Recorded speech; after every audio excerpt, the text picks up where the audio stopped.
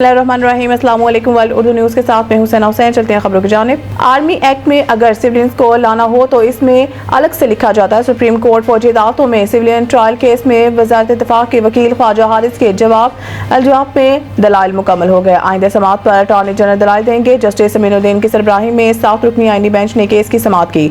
अदालत ने ख्वाजा हारिस को आज दलाइल मुकम्मल करने की हिदायत की। दौरान समाअत जस्टिस हसन अजहर रिजवी ने इस्तफसार किया कि पिक एंड चूज किस तरह से किया गया। वकील ख्वाजा हारिस ने दलाइल में कहा है कि पिक एंड चूज वाली बात नहीं है। जो जुर्म हुआ इसके मुताबिक देखा जाता है। केस नोयत के मुताबिक इंसदाद दहशतगर्दी अदालत या मिलिट्री कोर्ट में भेजा जाता है। जस्टिस मुसर्रत हलाली ने रिमार्क दिए कि क्या सिविलियन इसके जुमरे में आते हैं। यहाँ पर बात सिर्फ फोर्सेज के मेंबर्स को डिसिप्लिन में रखने के लिए है। यहाँ पर क्लियर हो कि ये सिर्फ मेंबर्स के लिए, वहाँ पर मजीद क्या होना है। जस्टिस हसन अजहर रिजवी ने कहा है कि अगर कोई सिविलियन आर्मी इंस्टॉलेशन पर हमला करता है तो इसका इससे क्या ताल्लुक है। जस्टिस नईम अख्तर खान ने रिमार्क दिए कि ये सिर्फ मेंबर्स के लिए है और अगर आर्मी एक्ट में सिविलियन को लाना हो तो फिर इसमें अलग से लिखा जाता है। 1973 के आइन में बहुत सी चीजें पहले वाले 2 आइन की चीजें वैसे की वैसे आ गई। दहशतगर्दी को जड़ से उखाड़ने के लिए जारी रहेगा। वज़ीर आज़म शहबाज शरीफ ने कहा है कि पाकिस्तान के दुश्मन हमारी माशी कामयाबियों से खौफ हैं।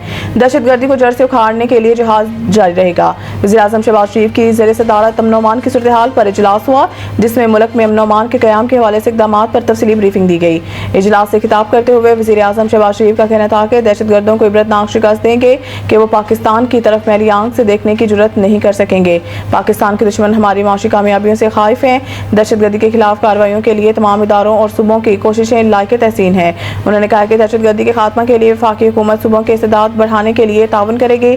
तमाम इख्तलाफात भुलाकर दहशतगर्दी के खात्मे के लिए मिलकर काम करना है। सिक्योरिटी फोर्सेज के जवान दहशतगर्दों से नबरदाज़मा और जानों का नजराना पेश कर रहे हैं। वज़ीर आज़म ने हिदायत की है कि स्मगलिंग के खिलाफ तमाम इदारे अपनी कोशिशें मजीद तेज करें। इंसानी स्मगलिंग के नेटवर्क के गिर्द घेरा मजीद तंग किया जाए। इंसानी स्मगलरों को कानून के शिकंजे में लाया जाए।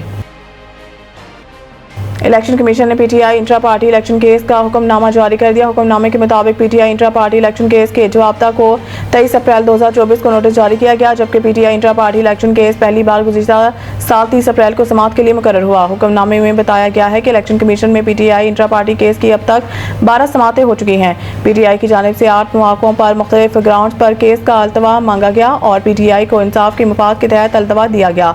इलेक्शन कमीशन के हुक्मनामे में यह भी बताया गया है कि पीटीआई ने खुद लाहौर हाईकोर्ट से राब्ता किया और हुक्मनामा हासिल किया। लाहौर हाईकोर्ट के हुक्मनामे को 1 साल हो चुका है। लाहौर हाईकोर्ट ने कमीशन के आगे कार्रवाई पर हुक्म इम्तनान नहीं दिया।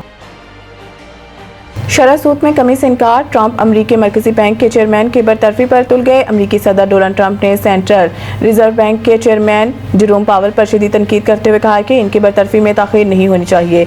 जेरोम पावल शरह सूद कम करने के सदर ट्रंप की बात मानने से इनकार कर रहे हैं, जिस वजह से सदर ट्रंप ने इन्हें शदीद तनकीद का निशाना बनाते हुए इनकी बरतरफी का इरादा जाहिर किया है। जेरोम पावल का कहना है कि ट्रंप इंतजामिया की तजारती पॉलिसियों, खासतौर पर भारी टैरिफ अमरीकी मईशत पर गैर मामूली असर डाल रही है और फेडरल रिजर्व बैंक को दहाइयों से कभी ऐसी सूरत हाल का सामना नहीं रहा।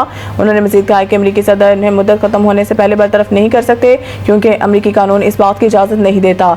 जेरोम पावल को पहली बार 2018 में सदर ट्रंप ने ही फेडरल रिजर्व का सरबराह मुकर्रर किया था और तब भी ट्रंप उनसे नाराज ही रहते थे।